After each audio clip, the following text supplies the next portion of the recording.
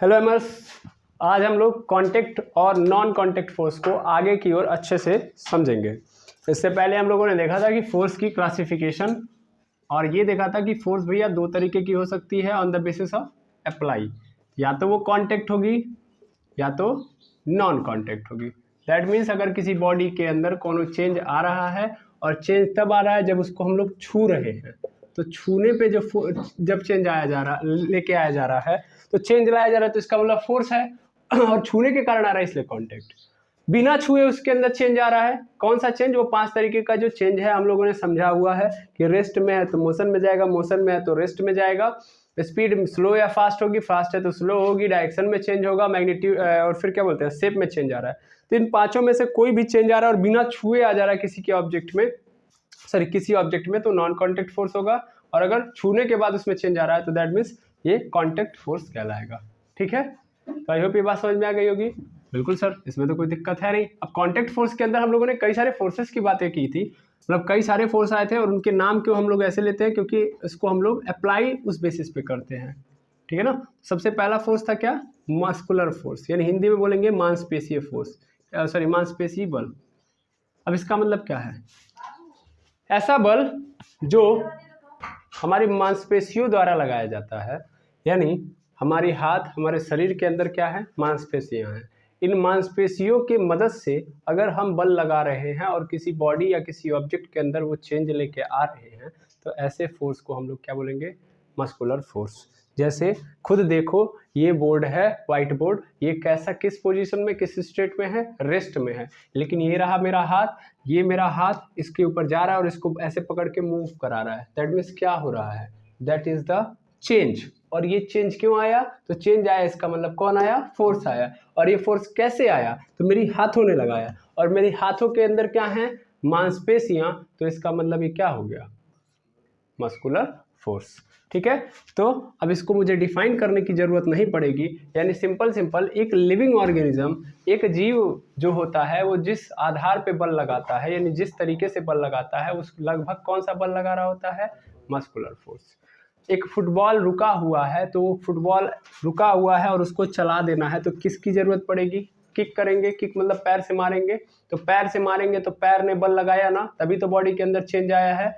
और पैर के अंदर से किसने बल लगाया? एक्चुअल में मांसपेशियां, यानी हमारे बॉडी के अंदर सब चारों ओर क्या फैली हुई है? मांसपेशियां। ये मांसपेशियों के द्वारा बल लग रहा है, तो पैर बल लगा रहा है, फोर्स लगा रहा है, दैट मीन्स मांसपेशियों द्वारा ये बल लग रहा है, इसका मतलब वो मस्कुलर फोर्स होगा।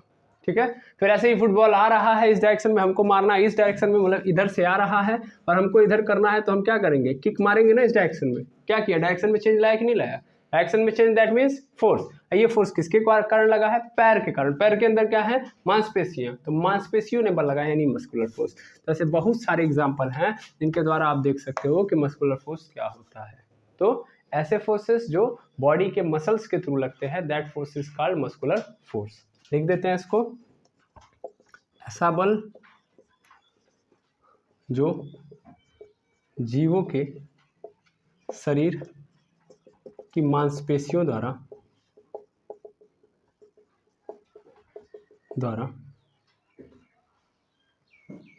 लगाया जाता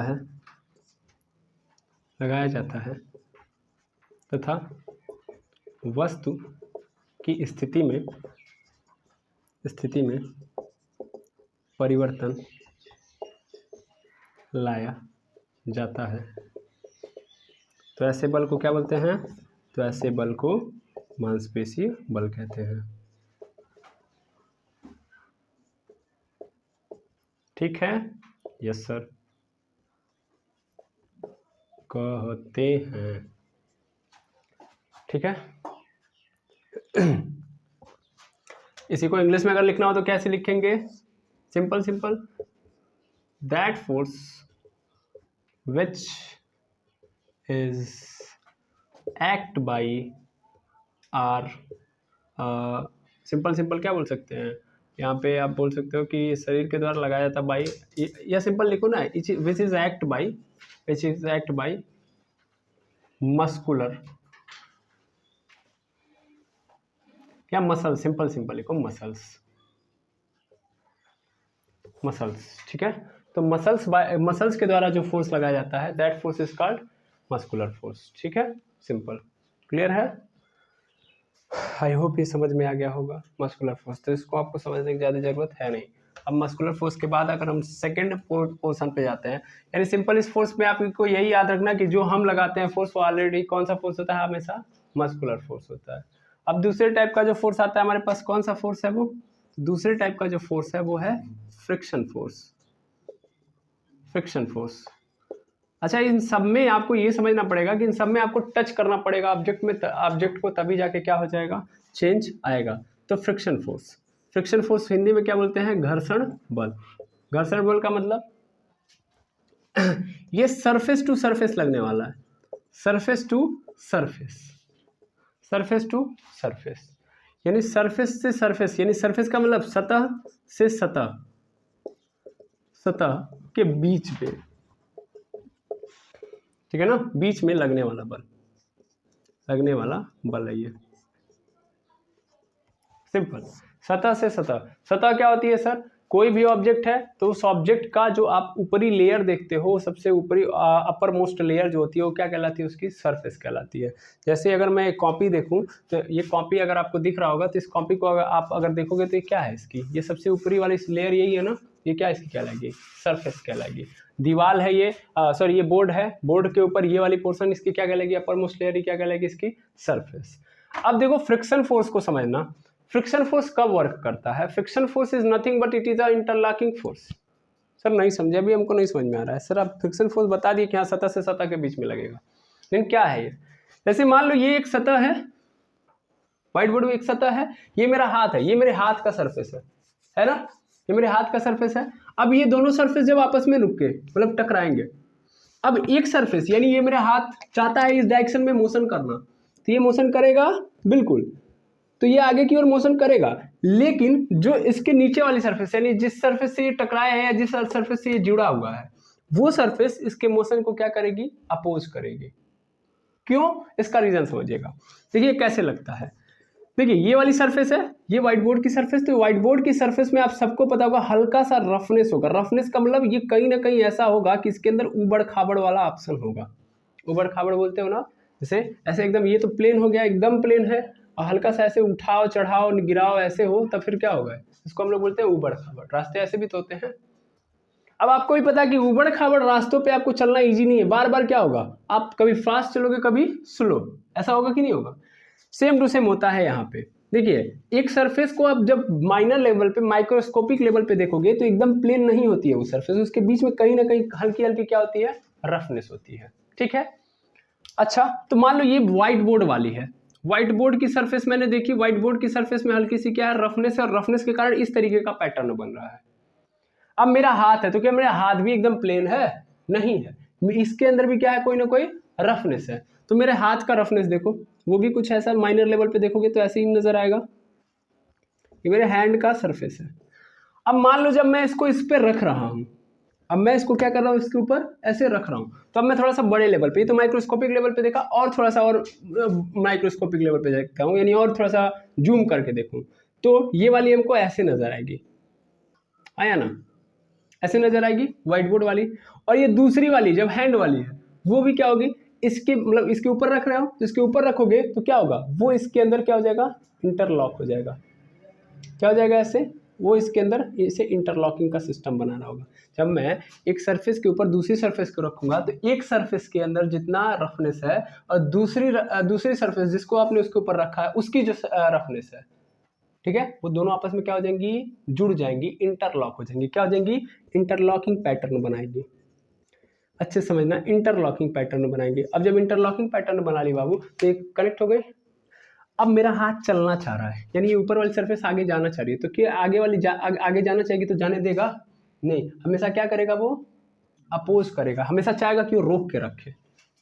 समझ पा रहे हो ना, ब्रेकर होता है ना, ब्रेकर, तो ब्रेकर का काम क्या होता है, ब्रेकर का काम क्या होता है, आप अगर मान लो ऐसे प्लेन रास्ता है, उसके ऊपर ऐसे ऐसे दो ब्रेकर बना दिए, दो ब्रेकर, तो आप जब इधर से बाइक लेके जाओगे तो क्या करेगा, वो इधर की ओर फोर्स लगा के आपको चाहेगा आपकी स्पीड इसको स्लो करेगा, हाँ या ना, सही से बोलना, इधर रोकेगा। और जब इधर से आओगे मतलब इधर जाना चाह रहे हो इस बार, तो इधर की ओर रोकेगा, यानी हमेशा आपके मोशन के अपोजिट डायरेक्शन में लगेगा। चाहे आप इधर से भी आओ। मान लो जब आप इधर से जा रहे हो तो ये क्या कर रहा है, कह रहा है कि नहीं आगे नहीं जाना है, यानी इस डायरेक्शन में नहीं जाने दे रहा। लेकिन जब आप उल्टा आ रहे हो तो ये क्या कर रहा है कि नहीं अभी इस डायरेक्शन में नहीं जाना है। तो हर बार वो क्या कर रहा है, जिधर आप जाना चाहते हो उसके अपोजिट लग रहा है। सेम टू सेम फ्रिक्शन का नेचर होता है। फ्रिक्शन का नेचर कैसा होता है, same to same as a breaker. Friction क्या है, friction is a breaker. Breaker का मतलब समझ पा रहे हैं ना, ब्रेकर जो स्पीड को क्या करता है, बार बार अपोज करता है। जिस डायरेक्शन में आपकी स्पीड बढ़ेगी उधर ही वो अपोजिशन कहेगा, नहीं इधर नहीं जाना है। तो फ्रिक्शन फोर्स किसके किसके बीच में लगता है, सरफेस से सरफेस के बीच में। कैसे लगता है, क्यों लगता है, मैंने बता दिया। क्योंकि हर सरफेस के, अगर आप हर ऑब्जेक्ट के सरफेस को जब देखोगे माइक्रोस्कोपिक लेवल पे, बहुत सूक्ष्म रूप में, तो उनके बीच में हल्की हल्की क्या पाई जाएगी, रफनेस पाई जाएगी। अब एक रफनेस मतलब एक सरफेस के ऊपर रफनेस है, फिर दूसरी सरफेस उसके ऊपर जब आती है तो ये दोनों रफनेस आपस में इंटरलॉकिंग पैटर्न बना लेती है, आपस में जुड़ जाती है, कनेक्ट हो जाती है। तो जब एक आगे चलना चाहती है तो बार बार क्या करेगी, दूसरी वाली जो रुकी हुई है वो क्या करेगी, उसका अपोजिशन करेगी, यानी वो विरोध करेगी। वो नहीं चाहेगी कि आगे जाए। क्यों नहीं चाहेगी, क्योंकि एज अ ब्रेकर वो काम कर रही है। समझ पा रहे हैं, नहीं समझ पा रहे हैं। इसीलिए फ्रिक्शन फोर्स क्या होता है, फ्रिक्शन फोर्स का काम क्या होता है, स्पीड को ब्रेक करना है। और यही कारण है कि जब आप किसी बॉल को फेंकते हैं, जब बॉल फेंकते हैं ना आप लोग, तो बॉल फेंकते हैं कहाँ फेंकते हैं, सड़क पे फेंकते हैं। तो सड़क की सरफेस से बॉल की सरफेस टकराएगी कि नहीं टकराएगी, बार बार टकराएगी। और जब टकराएगी तो क्या होगा, बॉल की सरफेस और सड़क की सरफेस में क्या बनेगा, इंटरलॉकिंग सिस्टम। इंटरलॉकिंग पैटर्न या इंटरलॉकिंग सिस्टम से क्या होगा, बार बार उसकी स्पीड बॉल की क्या होती जाएगी, कम होती जाएगी, कम होती जाएगी। जितनी बार टकराएगा, जितनी बार सरफेस मिलेंगे आपस में, बॉल आगे जाना चाहता है तो ये चूंकि सड़क रुकी हुई है तो हमेशा वो कहाँ चाहेगी, यहीं पे रुके रहना। अगर मान लीजिए दोनों चल रहे हैं, सपोज के लिए दोनों मूव कर रहे हैं, तब तो कोई भी विरोध नहीं करेगा। लेकिन ये नीचे वाली रुकी हुई है तो आगे जाओगे तो 100% ये विरोध करेगा कि नहीं करेगा। क्या बात समझ में आ गया।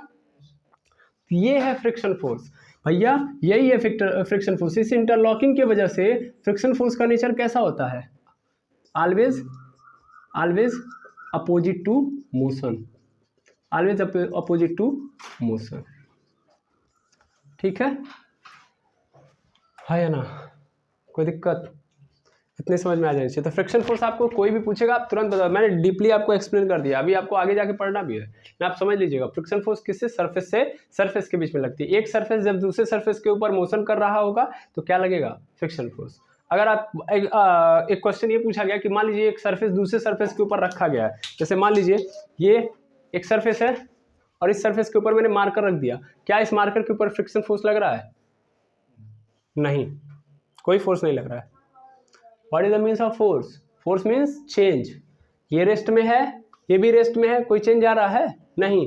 चेंज कब आएगा, जब मैं इसकी स्पीड बढ़ाना चाह रहा हूँ और इसकी स्पीड क्या हो रही है, स्लो। बॉल आपने फेंका, बहुत तेज स्पीड में फेंका, लेकिन क्या हो रहा है, धीरे धीरे उसकी स्पीड क्या हो रही है, स्लो। तो इसका मतलब कोई फोर्स आ रहा है, नहीं आ रहा है, चेंज आ रहा है ना स्पीड में, फास्ट से स्लो हो रहा है। तो 100% क्या हो रहा है, स्पीड में चेंज आ रहा है, और चेंज आ रहा है तो फोर्स आया। कौन सा फोर्स है ये, फ्रिक्शन फोर्स। क्योंकि बॉल बार बार सरफेस से टकरा रही है सड़क के, तो बार बार सरफेस जो सड़क की है वो अपोजिट डायरेक्शन में उसको क्या कर रही है, स्पीड को क्या कर रही है, स्लो कर रही है।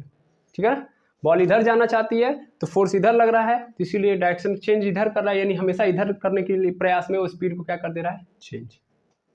समझ आई बात, यस सर नो। तो फ्रिक्शन फोर्स आप लोगों ने समझ लिया होगा। ये बातें आपको एकदम याद रखनी चाहिए कि हमेशा इसकी जो डायरेक्शन होती है ऑलवेज अपोजिट टू मोशन, जिधर मोशन हो रहा है उसके अपोजिट लगेगी। ठीक है भाई, फोर्स का नेचर होता है, फोर्स क्या होती है आपको अभी मैं समझा दूं, वेक्टर क्वांटिटी है। फोर्स क्या है, वेक्टर क्वांटिटी है। अब वेक्टर क्वांटिटी की प्रॉपर्टी आप समझते हो ना, अगर एक डायरेक्शन में पॉजिटिव तो दूसरे डायरेक्शन में क्या होगी, निगेटिव, है ना। एक ऑब्जेक्ट मान लो इधर की ओर मोशन कर रहा है, इधर की ओर मोशन कर रहा है, तो हमने पढ़ा है कि cause of motion is force, यानी मोशन को कराने वाला कौन है, फोर्स। लेकिन ये तब तक ही है जब तक मोशन की डायरेक्शन में लग रहा है। देखो मान लो इधर मोशन करना चाह रहा है ऑब्जेक्ट और इधर ही आप फोर्स लगा रहे हो, तब इसका मतलब क्या होगा, मोशन पॉजिटिव होगा, हर कंडीशन में स्पीड क्या हो रही होगी, बढ़ रही होगी। लेकिन अगर मान लीजिए इधर ऑब्जेक्ट मोशन कर रहा है और अपोजिट डायरेक्शन में चलेगा तो फोर्स क्या हो गया, निगेटिव, तो मोशन भी क्या होगा, निगेटिव, इसका मतलब स्पीड क्या होगी, घटेगी। सेम कहानी है, फ्रिक्शन हमेशा मोशन के अपोजिट लगता है। ठीक है ना, अगर इधर आप बॉडी मोशन करना चाहती है, फ्रिक्शन इधर। अच्छा, अगर मान लीजिए मोशन इधर हो रहा है तो फ्रिक्शन किधर, इधर, हमेशा अपोजिट। क्लियर है आया ना। इसको और एग्जांपल से हम समझे,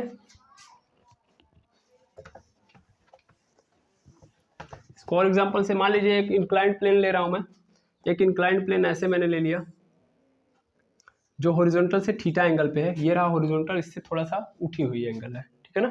अब मैंने यहाँ पे रखा हुआ है एक ऑब्जेक्ट को, एक गुटके को, एक ब्लॉक को, ब्लॉक इधर की ओर मोशन कर रहा है, भाई सीधी बात है इधर ही आएगा, तो अगर ये इधर आएगा तो फ्रिक्शन किस डायरेक्शन में होगा, मतलब ये तो मोशन की डायरेक्शन है, तो फ्रिक्शन की डायरेक्शन किधर, इधर की ओर होगी कि नहीं होगी।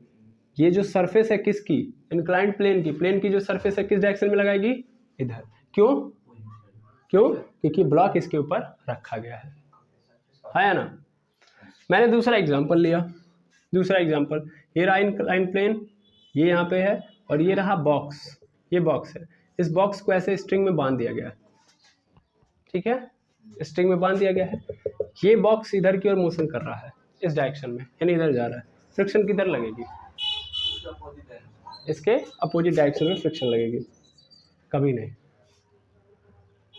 ये ऑब्जेक्ट का जो सरफेस है इससे टच है प्लेन से, तो कैसे मोशन, कैसे फ्रिक्शन लगेगा, क्या बोला गया, फ्रिक्शन कब से किसके किसके बीच में लगता है, दो सरफेसेस के बीच में, सरफेस टू सरफेस लगता है ना, एक सरफेस दूसरे सरफेस के ऊपर लगाती है, ये वाली सरफेस आपस में कनेक्टेड है, तो ये मोशन करेगा तो इसको ये वाली सरफेस रोक पाएगी, क्यों रोकेगी, कैसे रोकेगी, इंटरलॉकिंग पैटर्न बना है क्या, नहीं बना है, तो यहाँ पे फ्रिक्शन नहीं लगेगा, समझ में आई बात, याद रखो इस बात को, ये सरफेस इसका कुछ लेना देना ही नहीं है यहाँ से, जब तक ये टच नहीं होगी, जब टच होगी तब जाके क्या लगेगा, फ्रिक्शन फोर्स, तभी तो इंटरलॉकिंग लगेगा, तभी तो रोकेगा, हाँ या ना।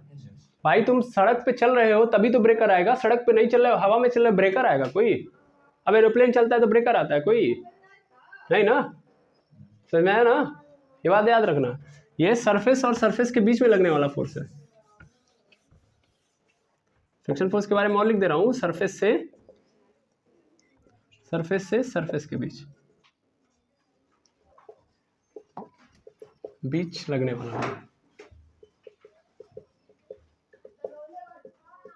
खत्म, इतनी बात याद रखेंगे आज से, ठीक है ना जी।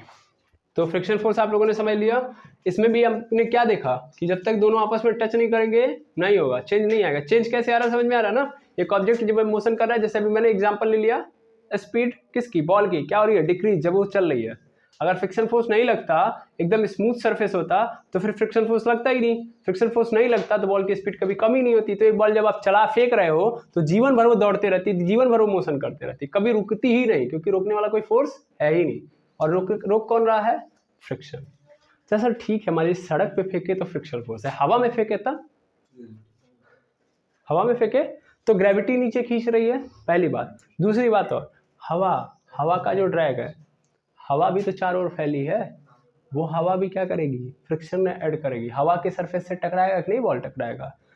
देखो इसका बेस्ट एग्जांपल क्या है, आप लोग जानते हो उल्का पिंड जब गिरता है तो उल्का पिंड जब वहां से आता है, कहाँ पे, मतलब किसी जगह से, किसी और मतलब प्लैनेट से निकलते हुए जब हमारे अर्थ पे आता है, तो क्या अर्थ कोई बड़ा सा उल्का पिंड गिर पाता है, बहुत बड़ा चट्टान के माफिक रहता है, लेकिन हमारे वहाँ आते आते एकदम छोटा छोटा पार्टिकल धूल के कण के बराबर हो जाता है, क्यों, क्योंकि जब वो ऊपर से नीचे आ रहा होता है तो हवा है, बीच में क्या है भाई, ये अर्थ है, और ये अर्थ के चारों ओर क्या है, एटमॉस्फेयर है, मोटी सी लेयर है, इस लेयर को पार करने में हालत खराब हो जाती है, क्यों, क्योंकि भैया मोशन किधर की ओर हो रहा है, इधर की ओर, तो एयर हमेशा किधर की ओर अपोजिशन करता है, मोशन के अपोजिट, भाई ये चाहेगा कि तब तुम कहाँ रहो, ऊपर, है समझ में, तो एयर जो है, एयर ड्रैग आ जाता है, एयर ड्रैग या एयर फ्रिक्शन बोल दो, एयर फ्रिक्शन लगाने लगती है, क्योंकि वो जो क्या बोलते हैं, उल्का पिंड है, इंग्लिश में क्या बोलते हैं उसको, मेस्ट्रॉइड्स, है ना, तो इनको जब देखोगे, जब ये आते हैं तो इनकी जो मतलब चट्टानों की जो लेयर है, सरफेसेस है, वो हवा की लेयर से क्या होती है, टकराती है, रगड़ उत्पन्न होती है, रगड़ से क्या होती है, रगड़ते रगड़ते हवा इतनी मोटी होती है, इनको रगड़ते रगड़ते एकदम चकनाचूर कर देती है, एकदम कण के बराबर कर देती है, सही बात, इसीलिए कभी भी हमको महसूस ही नहीं होता है, ठीक है। अच्छा, ये तो ऊपर से नीचे आ रही थी, तो हवा की डायरेक्शन किधर थी, मतलब हवा का फ्रिक्शन किधर था, ऊपर की ओर। अच्छा, ये तो मान लो ऐसे हो गया, जब तुम बॉल फेंक रहे हो अर्थ से ऊपर की ओर, बॉल कहाँ जा रही है, ऊपर की ओर, तो एयर का फ्रिक्शन किधर की ओर होगा, फ्रिक्शन ऑफ एयर किधर की ओर होगा, नीचे की ओर, तब वो नीचे रखेगी, तो हमेशा वो कहाँ रखती है, फ्रिक्शन हमेशा किधर लगता है, always opposite to motion, clear है, याद रखेंगे। फ्रिक्शन कई सारे टाइप का होता है, वैसे आप फॉर्मूला देखोगे तो F इज इक्वल टू होता है म्यू एन, ये अभी आप नहीं समझ पाओगे, थोड़ा समय लगेगा। F इज इक्वल टू क्या होता है, म्यू एन, जिसमें n क्या है, it is a normal force, it is a normal force. और म्यू क्या है, mu is the frictional constant, frictional constant, ठीक है।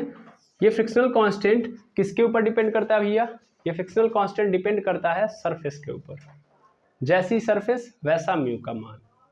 आपको ही पता है कि अगर बहुत उबड़ खाबड़ सरफेस है, जैसे आप ही देख रहे हो ये दीवार है, अभी प्लेन है, बहुत ज़्यादा लग रहा है कि इसके अंदर रफनेस क्या होगी, कम, तो रफनेस कम, तो रफनेस कम तो फ्रिक्शन कम, ठीक है। फिर से समझो, रफनेस कम तो फ्रिक्शन कम।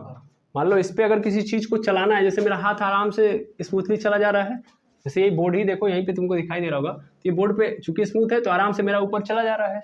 अभी उबड़ खाबड़ होता तब, तो जितनी ज़्यादा रफनेस उतनी ज़्यादा फ्रिक्शन। क्लियर है? चलिए, तो आई होप आप लोगों ने फ्रिक्शन फोर्स के बारे में अच्छे से समझ लिया, ठीक है। चलिए अब आगे बढ़ते हैं हम लोग। अब आता है हमारे पास स्प्रिंग फोर्स। स्प्रिंग फोर्स को अगर हम समझे तो क्या होता है स्प्रिंग फोर्स, कैसा होता है स्प्रिंग फोर्स। चलिए स्प्रिंग फोर्स की बात करते हैं। स्प्रिंग फोर्स क्या होता है, स्प्रिंग फोर्स के पास एक प्रॉपर्टी होती है, इस प्रॉपर्टी को नाम देते हैं हम लोग इलास्टिसिटी। इलास्टिसिटी आप नॉर्मल बेसिस पे समझिएगा, इलास्टिसिटी मतलब क्या होता है, हिंदी में तो इसको प्रत्यास्थता बोलते हैं, आप समझिए इलास्टिसिटी का मतलब क्या होता है। Elasticity is the property of a substance, elasticity is the property of a substance, एक पदार्थ की क्या है, ये प्रॉपर्टी है। और इस प्रॉपर्टी के कारण क्या होता है पदार्थ के अंदर, इस प्रॉपर्टी के कारण पदार्थ के अंदर ये चेंज आ सकता है कि भैया उसके क्या बोलते हैं, उसके शेप को तुम अगर फोर्स लगा के चेंज कर रहे हो, क्योंकि हम फोर्स लगाएंगे तो शेप में चेंज आएगा। तो अगर उसके शेप को तुम चेंज कर रहे हो, कब, जब फोर्स लगा रहे हो, यानी फोर्स लगा के उसके शेप को चेंज कर रहे हो, तो उसके शेप में चेंज आएगा, डिफॉर्मेशन आएगी। लेकिन जो ही फोर्स हटाओगे पुनः वो अपनी पुरानी अवस्था में आ जाएगा। समझ पा रहे हो? जैसे आप लोग इलास्टिक देखे होंगे, इलास्टिक सिंपल पैंट वैंट के अंदर लगता है, लोअर वगैरह के अंदर इलास्टिक लगता है ना। तो इलास्टिक क्या होता है, इलास्टिक को जब फैलाते हो आप, रबड़ देखे हो ना, सिंपल इलास्टिक छोड़ो, रबड़ देखे हो, रबड़ को जब हम खींचते हैं तो रबड़ की साइज क्या होती है, बढ़ जाती है। कब तक, जब तक हम खींचे रहते हैं, जो ही खींचना छोड़ देंगे तुरंत क्या हो जाएगा, पूरा उसी साइज में आ जाएगा, उतनी लेंथ हो जाएगी जितनी पहले थी। समझ में आया? सेम सेम सेम ऐसे ही स्प्रिंग होता है आपका। स्प्रिंग की अगर बात करोगे, देखना ध्यान से यहाँ पे स्प्रिंग के बारे में, तो स्प्रिंग कुछ ऐसा सब्सटेंस, एक लोहे जैसा पदार्थ होता है ऐसे, कि जिसके अंदर ये प्रॉपर्टी होती है किसकी, इलास्टिसिटी की, ठीक है, इलास्टिसिटी की प्रॉपर्टी होती है। ऐसा ही तो होता है स्प्रिंग आपका, स्प्रिंग सब लोगों ने देखा होगा। अब आप कभी ऑब्जर्व करिएगा कि स्प्रिंग के अंदर देखिए, स्प्रिंग को मैंने ऐसे रख दिया है, ऐसे भी रखो या ऐसे रख देता हूं मैं, ऐसे कुछ बड़ा बड़ा रख दिया, स्प्रिंग रख दिया, स्प्रिंग बना दिया। अब स्प्रिंग के ऊपर मैंने कोई ऑब्जेक्ट रख दिया जो बहुत भारी है, रख दिया, भारी है। तो जब भारी है तो ये क्या करेगा, जब ये आएगा तो पहले सिंपल ही समझो, ये देखो यहाँ पे ये एक स्प्रिंग है, ये नॉर्मल स्प्रिंग है, ठीक है, ये नॉर्मल लेंथ है, ये क्या है, नॉर्मल, नॉर्मल लेंथ है, ठीक है। अब नॉर्मल लेंथ को मैं मान लेता हूं कि ये नॉर्मल लेंथ मतलब x, इसकी लेंथ कितनी है, x, मैंने मान लिया x मीटर है, नॉर्मल लेंथ है यानी x मीटर। नॉर्मली एक स्प्रिंग ऐसा होता है, लेकिन चलो मैं अभी रखता नहीं हूं, मैं खींचता हूं इसको, खींचा मैंने, फोर्स लगाया, क्या हुआ, खींचा, खींचा, खींचूंगा, तो खींचूंगा तो इसकी साइज बढ़ेगी कि नहीं बढ़ेगी, इलास्टिसिटी, डिफॉर्मेशन होगा, है ना। तो इसकी साइज में क्या आएगा, डिफॉर्मेशन, यानी अब इसकी साइज बढ़ के कितनी हो गई, यहां तक आ गई है। तो पहले कितनी थी, x, मान लेता हूं कि जो इसकी एक्स्ट्रा साइज आई है वो कितनी है, x नॉट है, क्या है, x नॉट है, ठीक है। तो अभी आप खुद समझ सकते हो कि जो ही आप छोड़ोगे, मान लो यहां तक लाके आपने मस्कुलर फोर्स लगाया, यहां पे तो आपने खींचा, दैट मींस मस्कुलर फोर्स के कारण इसके अंदर डिफॉर्मेशन लेके आया, लेकिन जब आप छोड़ोगे तो यहाँ पे है ना, अच्छे से समझिएगा, यहाँ पे तो मस्कुलर फोर्स के कारण हुआ, लेकिन जब यहाँ तक रखे हुए तो जो ही छोड़ोगे तो इस ऑब्जेक्ट यानी स्प्रिंग के बनावट या शेप में चेंज आ जाएगा, नहीं आ जाएगा, यानी पुनः ये यहाँ पे आ जाएगी ना। तो अब क्वेश्चन आता है सर ये कैसे हुआ, ये तो समझ में आ रहा है कि ऊपर गया, किस कारण गया, मस्कुलर फोर्स के कारण, लेकिन ये यहाँ से अपने आप यहाँ पे कैसे आ गया? अभी तो रेस्ट में है, मैं खींचे हुए हूँ, लेकिन अचानक से क्या हो गया? मोशन में चला गया। मोशन से फिर किस में चला गया? रेस्ट में। यानी फिर से चेंज आया कि नहीं आया? अभी तो मैंने कोई फोर्स नहीं लगाया, तो ये कैसे हो गया? ग्रेविटेशनल फोर्स नहीं है ये, ग्रेविटेशनल फोर्स नहीं है, क्योंकि मैं हवा में लेके गया ही नहीं हूँ। तो ये है कौन सा force? That type of force is called spring force. पहली बात यहां से भी समझ सकते हो। दूसरा, जैसे यहां पे एक ऑब्जेक्ट को रखो, तो ऑब्जेक्ट को रखने से क्या होगा? ये थोड़ा सा डाउन होगा। पहले इसकी नॉर्मल लेंथ कितनी है? x है, लेकिन जब आपने इस ऑब्जेक्ट को रखा 100 kg के ऑब्जेक्ट को रखा, तो ये दबेगा, दब के कहां पे चला गया भैया? ये चला आया, ये चला आया यहाँ पे, समझना ध्यान से। यानी ऑब्जेक्ट के रखने के बाद कहाँ पे चला आया? यहाँ पे। यानी इसकी लेंथ के अंदर डिफॉर्मेशन हो गया कि नहीं हो गया? कितना डिफॉर्मेशन हुआ? पहले कितना था? x था, जब टोटल x था कितना कम हुआ? तो मैं फिर मान लूंगा x0 क्या हो गया? कम हो गया। ठीक है, यानी अब कितना बचा है? अब कितना बचा है सर? x माइनस x0 बचा है ना? x0 मैंने ऐसे ही मान लिया है, मान लो आप y मान लो, जो लेंथ बड़ी है उसको y मान लो, x0 ना मान के आप क्या मान लो? y मान लो। चलो y मीटर मान लिया कि ये बड़ी है, और यहाँ पे मान लेता हूँ कि x मीटर पहले था, अभी क्या हुआ? जितना घटा है कितना घटा है? y मीटर घट गया। कंफ्यूजन है भाई, कुछ भी मान सकता हूँ मैं। y मीटर घट गया, तो इसका मतलब अब जो लेंथ बची है कितनी बची होगी? y तो बची होगी, सॉरी x माइनस y तो बची होगी। भाई पहले 10 मीटर था, अब जो ही 100 किलो का रखा 2 मीटर कम हो गया, तो कितना बचेगा? 8 ही मीटर ना बचेगा। यहाँ पे पहले 10 मीटर था, खींचा तो 2 मीटर बढ़ गया, यानी कितना हो गया? 12 मीटर। टोटल देखोगे तो क्या होगा? x प्लस वाई तो होगा, है ना? यानी क्या हो रहा है? लेंथ में चेंज आ गया। अब देखो ऑब्जेक्ट रखा तो नीचे गया, है ना? नीचे की ओर गया, तो अभी तो इसकी रेस्ट में पोजीशन है। जो ही मैं इस ऑब्जेक्ट को हटाऊंगा तुरंत ये कहाँ चले जाएगा? ऊपर की ओर जाएगा कि नहीं जाएगा? जाएगा ना? जो ही ऑब्जेक्ट हटाओगे तुरंत ऊपर की ओर उछाल मारेगा नहीं मारेगा? यानी मोशन में आ गया कि नहीं आ गया? रेस्ट से क्या आ गया? मोशन में। तो इसका मतलब कोई फोर्स तो आया ना, और that type of force is called spring force. Spring force को कैसे निकालते हैं भैया?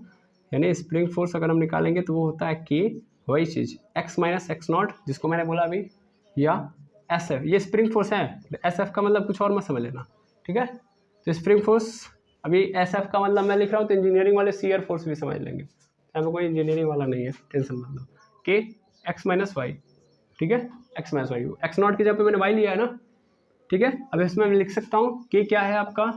कि क्या है? Spring constant. Spring constant, spring constant, spring constant मतलब सिंपल हिंदी में बोलेंगे तो स्प्रिंग नियतांक। देख लीजिएगा बाहर अगर वो लोग आए तो उनको बुलाइएगा कि x क्या है? नॉर्मल लेंथ, नॉर्मल लेंथ यानी जो सामान्य लंबाई थी, ठीक है? y क्या है? चेंज इन लेंथ, यानी लंबाई में कितनी वृद्धि हुई, कितनी वृद्धि और कितनी कमी, ठीक है? कोई दिक्कत? ये इस तरीके से आप लोग निकाल सकते हो। क्लियर है या ना? ठीक है, तो स्प्रिंग फोर्स भी आप लोगों ने समझ लिया। ये इलास्टिसिटी की प्रॉपर्टी के थ्रू ही ऐसा होता है। क्लियर? चलिए अब आगे बढ़ते हैं हम लोग। आगे अगर नेक्स्ट फोर्स देखें, अगर हम लोग, नेक्स्ट फोर्स हमारा क्या है? नेक्स्ट फोर्स हमारे पास आता है नॉर्मल फोर्स।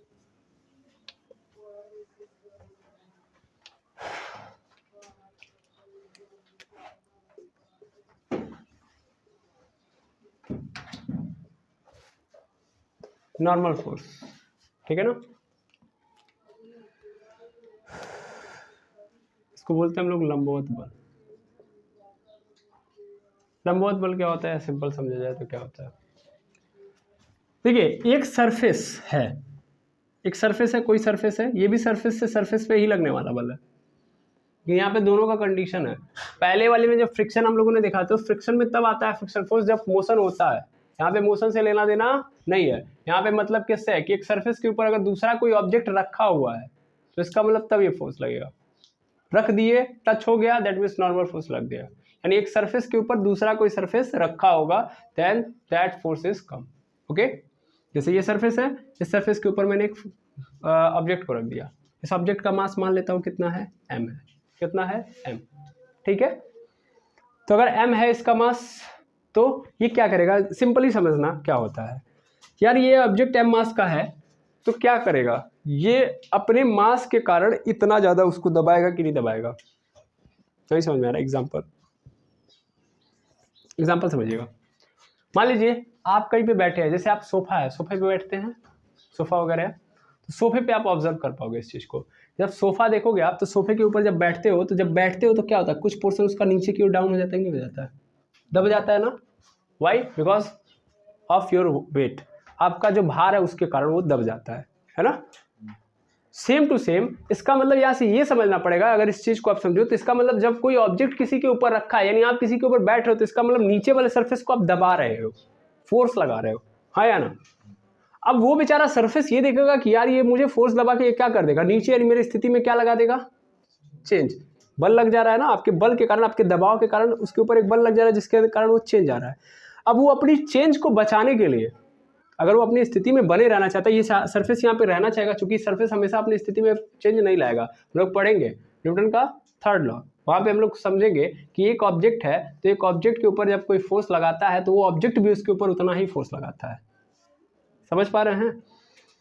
तो सिंपली क्या होगा कि ये एम मास का ऑब्जेक्ट जब इस सरफेस के ऊपर लगाएगा फोर्स नहीं, मतलब सिंपल समझो, ये अपने आप भार के कारण इसको जब दबाएगा, तो ये अपने आप को बचाने के लिए उतना ही बल क्रिएट करेगा, या उतना ही फोर्स या उतना ही प्रेशर क्रिएट करेगा, जिससे अपनी स्थिति को क्या किए रहे, बनाए रखे। अब मान लीजिए मैंने सोफा लिया, तो सोफे में तो थोड़ा पोर्शन डाउन हो गया, यानी उसके शेप में चेंज आ गया। क्या सब में ऐसा होता है? नहीं होता है। मैंने मेरे हाथ पे ये मार्कर रखा, तो मेरे हाथ पे जब मार्कर रखा गया, तो क्या मेरे हाथ का शेप चेंज हो गया? क्या दबा है? क्यों नहीं दबा? क्योंकि जितना इसने दबाया उतना मेरे हाथ ने इसको ऊपर की ओर धकेल दिया। ठीक है ना? That is the NLM third, Newton third law of motion. Clear है? सिंपली जब एम मास का ऑब्जेक्ट इस सरफेस के ऊपर अपने भार के कारण नीचे की ओर दबाएगा, तो ये जो सरफेस है ये भी इसको परपेंडिकुलरली क्या करेगी, उसको ऊपर की ओर दबाएगी, ऊपर की ओर दबाएगी। और ऊपर की ओर दबाएंगे का मतलब है क्या है, मतलब फोर्स ही तो लगाएगी। आपको भी समझ में आ रहा है कि जब आप सोफे पे बैठ रहे हो तो उसके ऊपर उसका शेप चेंज कर रहे हो, शेप चेंज करो, इसका मतलब आप उसके ऊपर क्या लगा रहे हो, फोर्स लगा रहे हो, बल लगा रहे हो। और न्यूटन साहब क्या कहेंगे, न्यूटन साहब ये कहेंगे बाद में कि आप किसी के ऊपर बल लगाओगे तो अगला भी आपके ऊपर क्या करेगा, बल लगाएगा। इसका मतलब ये सरफेस भी आपके ऊपर उतना ही बल लगाएगा जितना आप उसके ऊपर लगा रहे हो। अगर सोफा बल नहीं लगाता तो सोफा और दबता और ऐसा होता है खत्म। ठीक है ना? तो वो अपने पार्टिकल के थ्रू क्या करता है, एक बल उत्पन्न करता है और अपने शेप में चेंज होने के का क्या करता है, विरोध करता है। ये Newton first law of motion है। इसमें ये बताया जाता है कि कोई भी ऑब्जेक्ट अपने अवस्था, अपने अंदर किसी भी प्रकार के परिवर्तन को क्या करता है, अपने परिवर्तन का अपोजिशन करता है या विरोध करता है, अपोज करता है। तो ऐसे ही यहाँ पे है, मतलब एक सरफेस के ऊपर जब एक सरफेस रखा जाएगा तो वो सरफेस उसको दबा रहा होता है और दबाने के कारण एक बल क्रिएट कर रहा होता है। तो उस बल को बैलेंस करने के लिए वो जो नीचे वाली सरफेस है वो भी क्या करती है, एक फोर्स निकालती है। और वो कैसी होती है, always to perpendicular to the surface. Surface के क्या होती है, परपेंडिकुलर। तो उस कंडीशन में वो फोर्स क्या कहलाती है, नॉर्मल फोर्स कहलाती है। क्या फोर्स कहलाती है, कौन सी फोर्स, नॉर्मल फोर्स। यानी ये जो है अपने भार, मतलब अपने मास के बराबर नीचे की ओर दबाएगा, तो ये नॉर्मल फोर्स कहाँ लग जाएगा, ऊपर की ओर। ठीक है? अच्छा, अब थोड़ा और समझ लो यहीं से। मान लो ये तो सिंपल सरफेस था, अगर मान लो ऐसे कोई सरफेस आ गया, इंक्लाइंड प्लेन वाला, इंक्लाइंड प्लेन वाला सरफेस आ गया, ये थीटा एंगल पे मैंने यहाँ पे किसी ऑब्जेक्ट को रखा जिसका मास क्या है, एम मास का ऑब्जेक्ट है। तो ये क्या कर रहा होगा, ऐसे दबा रहा होगा कि नहीं दबा रहा होगा। तो अगर ऐसे दबा रहा होगा तो ये इंक्लाइंड प्लेन इसको कैसे दबाएगा, ऐसे ही तो दबाएगा। तो नॉर्मल फोर्स के डायरेक्शन हमेशा ऐसे। क्लियर है? इस बात को रखिएगा याद में। ठीक है? हमेशा कैसा होता है, परपेंडिकुलर टू द सरफेस। इस चीज को मैं लिख दे रहा हूँ, always perpendicular to the surface. यानी जो सरफेस है, जिस सरफेस पे एक ऑब्जेक्ट रखा गया होता है उसके परपेंडिकुलर एक फोर्स लग रहा होता है, उस फोर्स को क्या कहते हैं हम लोग, नॉर्मल फोर्स। ये भी हमेशा लग रहा होता है। अच्छा, फिर से वही कहानी, मान लो ये इंक्लाइंड प्लेन है और मैंने यहाँ पे ये सपोज कर लो ये ऊपर से फिक्सेशन वाला है और यहाँ पे मैंने एक ऑब्जेक्ट को ऐसे रखा हुआ है। ठीक है? अब मेरा क्वेश्चन है, क्या इसके ऊपर नॉर्मल फोर्स लग रहा होगा? देख के बोलिए, एम मास का ऑब्जेक्ट है, लटका हुआ है, क्या इसके ऊपर नॉर्मल फोर्स लग रहा होगा? क्यों नहीं लग रहा होगा? क्योंकि ये इसके ऊपर बैठा हुआ है, नहीं बैठा हुआ है। जब बैठा ही नहीं है तो ये इसके ऊपर फोर्स लगाएगा? क्यों? क्योंकि ये इसके ऊपर बैठा नहीं है तो इसके अंदर चेंज ही नहीं ला रहा है, इससे कुछ लेना देना नहीं है। अच्छा ये मोशन कर रहा है इधर की ओर, फ्रिक्शन फोर्स लगेगा? एयर का लगेगा भाई, हाँ ठीक है मान लेता हूँ एयर का लगेगा। क्या फ्रिक्शन फोर्स सरफेस वाला ही लगेगी? यहाँ पे नहीं लगेगी, ये इंक्लाइन प्लेन कोई फ्रिक्शन फोर्स नहीं लगा रहा है, ठीक है ना। जब तक टच नहीं होगा तब तक कुछ नहीं होगा, आपने पढ़ा है कॉन्टैक्ट फोर्स के अंदर चल रहा है ये सब कुछ, तो जब तक कॉन्टैक्ट नहीं होगा तब तक कुछ नहीं होगा, ये बात याद रखिएगा। अच्छा यही से एक बात और समझ लीजिएगा कि ये तो आपने समझ लिया कि जब एक ऑब्जेक्ट दूसरे ऑब्जेक्ट के सरफेस पे रखा हुआ है तो उसके ऊपर नॉर्मल फोर्स लग रहा है। वैसे ही आपको ये भी पता कि अगर एक ऑब्जेक्ट है उसके पास है मास है तो एक फोर्स दौड़ते दौड़ते आता है, that is called gravitational force, वो हमेशा लगा रहता है। तो इसका मतलब इसके ऊपर ग्रेविटेशनल फोर्स भी लगा होगा, हाँ या ना, लगा होगा ना।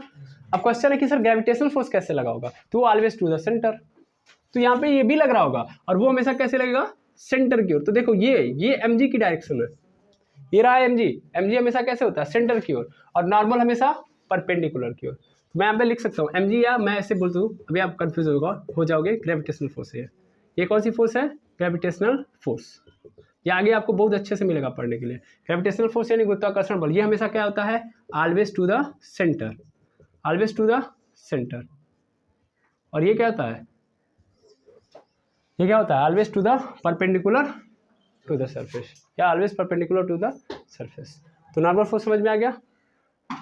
यहाँ पे जब देखोगे, यहाँ पे देखो जब एकदम क्या है, सरफेस एकदम कैसा है, हॉरिजॉन्टल पे है, तो इसका मतलब इंक्लाइंड नहीं है। तो ये रहा m मास का ऑब्जेक्ट, तो इसके ऊपर mg भी नीचे की ओर लग रहा होगा और जस्ट इसके ऊपर नॉर्मल लग रहा होगा, ठीक है। तो नॉर्मल ऊपर की ओर, mg नीचे की ओर, तो दोनों बैलेंस है। अभी आगे बैलेंस फोर्स भी पढ़ेंगे हम लोग, वहाँ पे भी समझेंगे। लेकिन यहाँ पे ऐसी स्थिति नहीं है, देखो नॉर्मल ऐसे लग रहा है, mg हमेशा कैसे लगेगा, ऐसे। तुम सरफेसेस चेंज करते जाओ, मतलब इंक्लाइंड प्लेन कुछ ऐसा है, ये रहा इंक्लाइंड प्लेन। अभी मैंने ऑब्जेक्ट को ऐसे रखा है, m मास का ऑब्जेक्ट है, m मास का ऑब्जेक्ट, ये कुछ ऐसे है, तो नॉर्मल फोर्स कैसे लगेगा, ये रहा सरफेस सर, इस सरफेस के परपेंडिकुलर लग गया, परपेंडिकुलर है या ना, ठीक है।